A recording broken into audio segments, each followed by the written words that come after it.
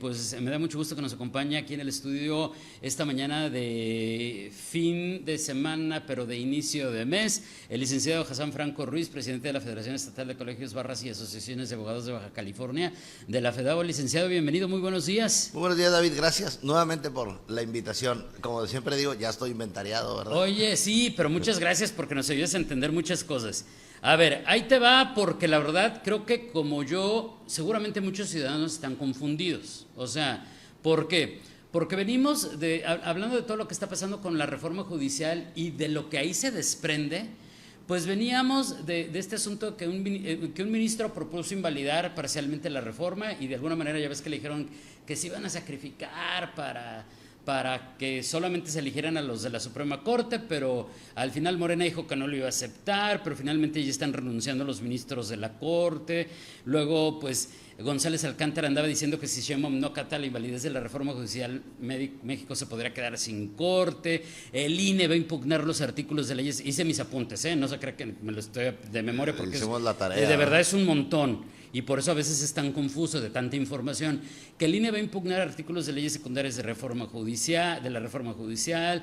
También la IPET está levantando la voz, diciendo que la reforma judicial va a afectar la renegociación del TEMEC, pero finalmente ya los estados avalaron esto de la denominada supremacía constitucional. Pero en calidad de újule, no solamente hicieron eso los congresos locales, sino que ya hasta lo promulgó la presidenta y está publicado ya en el Diario Oficial de la Federación.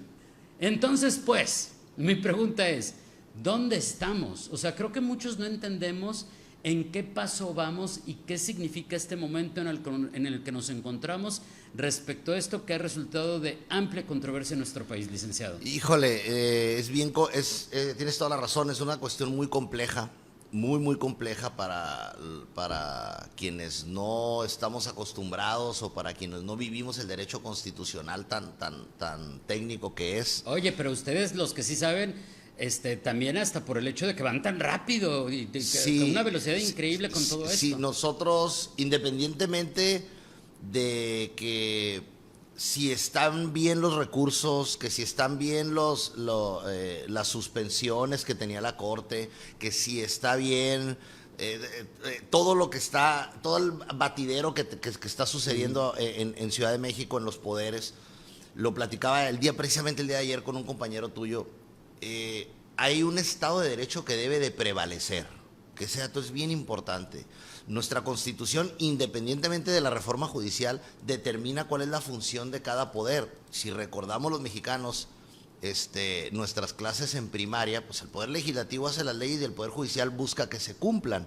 Ahorita estamos viendo una situación donde por la legitimación en las urnas sale el Poder Legislativo y determina: no le voy a hacer caso por el poder del pueblo. No hay que confundir legitimación en las urnas, y no es esto sinónimo de ilegalidad. Se debe de cumplir la ordenanza que está en la Constitución. Y ahorita estamos viendo que el Legislativo y el Ejecutivo, si quiere o no quiere, dice: no le hago caso a lo que hace el Poder Judicial. Y esto, entrando ahorita al tema, es grave porque rompe la división de poderes. Y luego, si sumamos la supremacía, la nueva reforma llamada supremacía constitucional, que ahorita le explico brevemente, pues nos guste o no a los que están a favor y a los que están en contra, sí se está concentrando el poder o sea, sí tenemos una concentración ya de poder en uno de los tres poderes, que es el Poder Legislativo. Y si vemos por experiencia lo que sucedió ayer, que en 24 horas los congresos locales votan a vapor, yo creo difícilmente que haya podido existir una discusión sana en el Congreso. Pues entonces estamos a expensas de que un poder determine sobre la vida de todos los mexicanos y el otro poder no pueda venir a revisar si hay violaciones o no. Entonces, lo más grave de todo esto, para que lo entendamos, para que lo entienda tu auditorio, es que sí estamos ante una ruptura de la equidad o de la igualdad de los tres poderes, definitivamente. Sí estamos viviendo esta parte, y hay que recordar que no siempre van a estar los mismos. El día de mañana van a estar otros y luego van a estar otros legisladores. Entonces, no todos van a hacer buen uso de la ley dándoles el beneficio de la duda, ¿verdad? Porque pues la mayoría en las urnas es innegable, pero repito, la legitimación en las urnas no es sinónimo de ilegalidad. Ahora brevemente, la supremacía constitucional. Bueno, pues para que lo entendamos un poquito más, pues se elevan a rango constitucional grave, primero, una ampliación al artículo primero constitucional que habla de los derechos humanos, donde dice que no estamos obligados a los tratados internacionales. Es decir, si en la Constitución hay una modificación que viola los tratados internacionales, ningún juez va a poder nulificar esa situación, ¿verdad?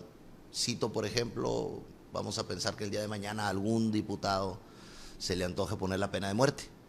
Los tratados internacionales determinan pues que no es viable ya legislar la pena de muerte, ¿verdad? Los países que ya la tienen, como Estados Unidos, pues dicen, tú ya la tienes en tu legislación, pero los nuevos tratados internacionales determinan que ya no es viable legislar una pena de muerte. Entonces, si un ciudadano interpone un juicio de amparo contra esa situación, pues va a decretarse improcedente por esta adición que se le hizo a la Constitución. Y luego también para impacto, pues la discusión que hubo hace algunos meses la subieron a rango constitucional, aquello que hablaba de las suspensiones generales.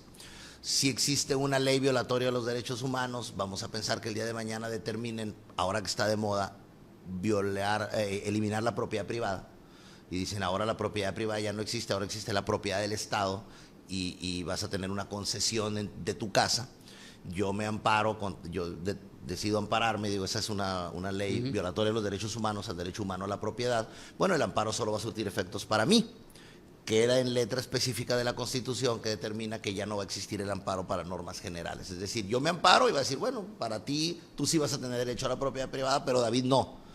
Actualmente ahorita existían los amparos con suspensiones generales, que si yo me amparaba, surtía efectos para ti o para toda la población, y generó una gran controversia, porque pues cuando nuestros legisladores, sin una verdadera asesoría constitucional o en derechos humanos, legislan, pues viene el poder regulador de la ley, que es el Poder Judicial, a decirte, estás violando la Constitución, no lo puedes emitir. Y ahorita lo que hicieron, sí tienen razón los estudiosos cuando mencionan blindamos nuestras decisiones. Al decir blindamos nuestras decisiones, pues no estamos ante más que un poder absoluto, definitivamente, donde ninguno de los otros dos me puede revisar. Esa es la realidad, ¿verdad? No sé si los enredé. Pues no, creo que quedó muy claro, digo, pero me surge esta duda, por ejemplo, de que esto de que tú te amparas, pero eso a mí ya no me va a servir. Yo veo aquí, o por lógica elemental, pero no sé si jurídicamente sea correcto lo que voy a decir, que van a pasar dos cosas. O sea, por un lado, todos los que no tengan la oportunidad de asesorarse y de enterarse y de tener un buen abogado, pues van a quedar desamparados, van a incluso poder perder su patrimonio. En ese ejemplo, claro. Esto es un ejemplo solamente. Sí, no voy a pero del otro lado, pues van a generar una burocracia imposible de solucionar, porque entonces también va a haber miles de personas haciendo fila queriendo tramitar ese amparo. Exactamente, y surge lo siguiente, hay que recordar que la jurisprudencia, como fuente del derecho, se convierte, cuando hay 5 resoluciones, en sentido consecutivo, sin ninguno en contra. Sentencias, entonces, si se emiten las 5, ahora se hace obligatorio, y entonces ahora van a tener que volver a legislar. Entonces entramos realmente en un sistema, como tú lo mencionaste ahorita, de burocracia total, cuando pues no debemos de ver esa necesidad. Hay que recordar que pues las leyes deben de estar diseñadas para servir a los ciudadanos, para servir al pueblo de México, más las que se generan en el Congreso de la Unión.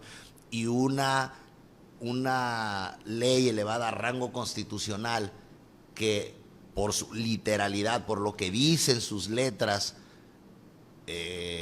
suprime el pedir del mexicano, pues es una ley opresora definitivamente, ¿verdad? Entonces las leyes deben de ser abiertas para el interés de los mexicanos, no para el interés de los legisladores.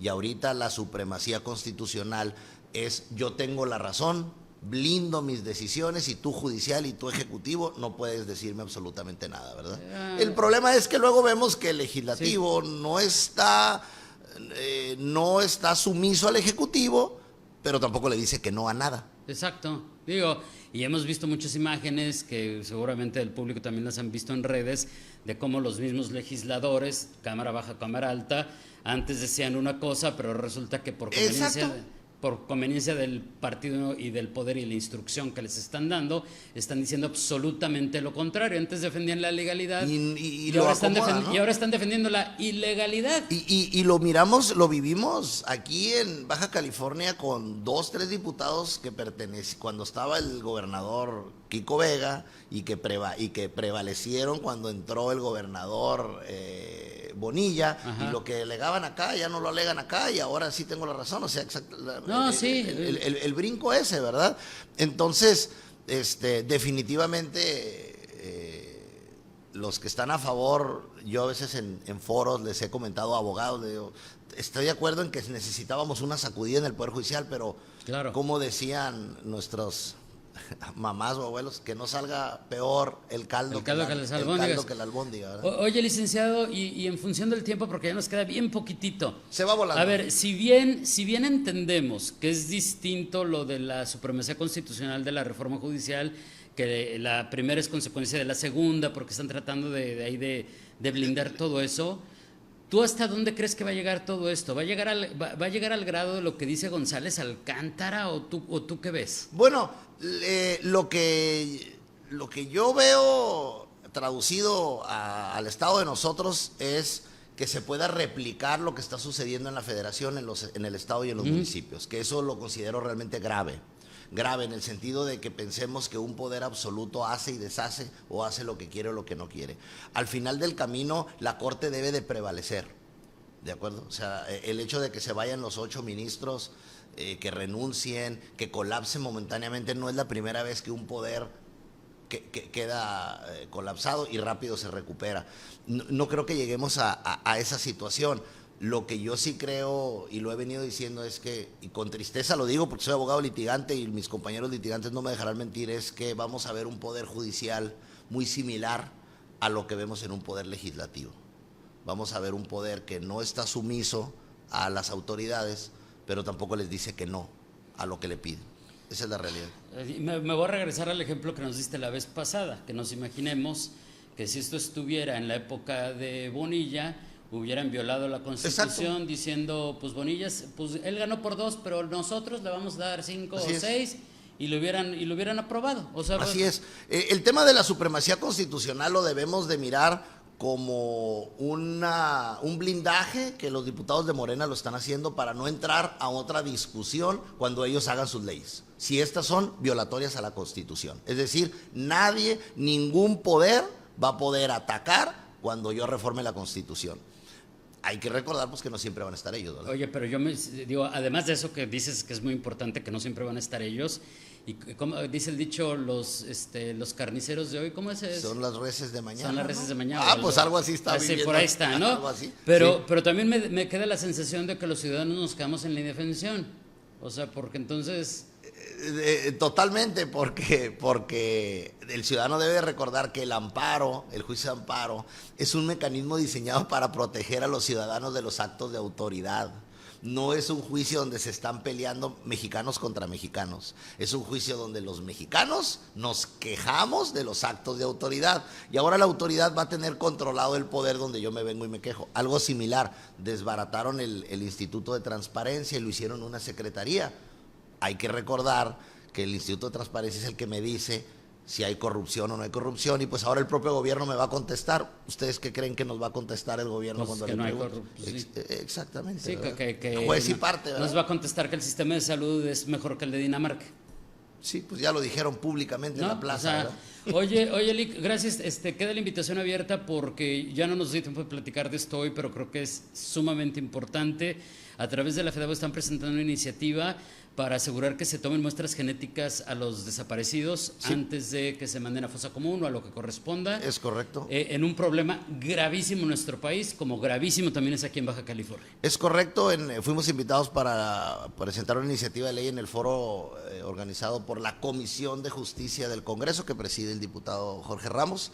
Y en efecto, se acercaron con nosotros los colectivos de búsqueda y los datos son escalofriantes. Sí, escalofriantes. Tenemos 20,000 desaparecidos en Baja California según sus números, 16, 17,000 según Fiscalía a 2022, o sea que deben de estar medios empatados a 2024, y tenemos 13,000 cuerpos sin vida en fosa común. Oye, pues te invito para desglosar esa iniciativa, claro que sí, poner en perspectiva esos números y le también que nos platiques a ver qué están proponiendo ahora que estuviste en ese evento, qué están proponiendo. Y le damos al fondo. viene, Está ¿no? muy interesante y pues lo que buscamos es que los desaparecidos no estén también desaparecidos del gobierno, ¿verdad? Qué duro hablar de esos temas. Pero Licenciado, como siempre, gracias, te agradezco enormemente. Gracias y buenos días. Es el Ahí licenciado Hassan Franco Ruiz, el presidente de la FEDABO.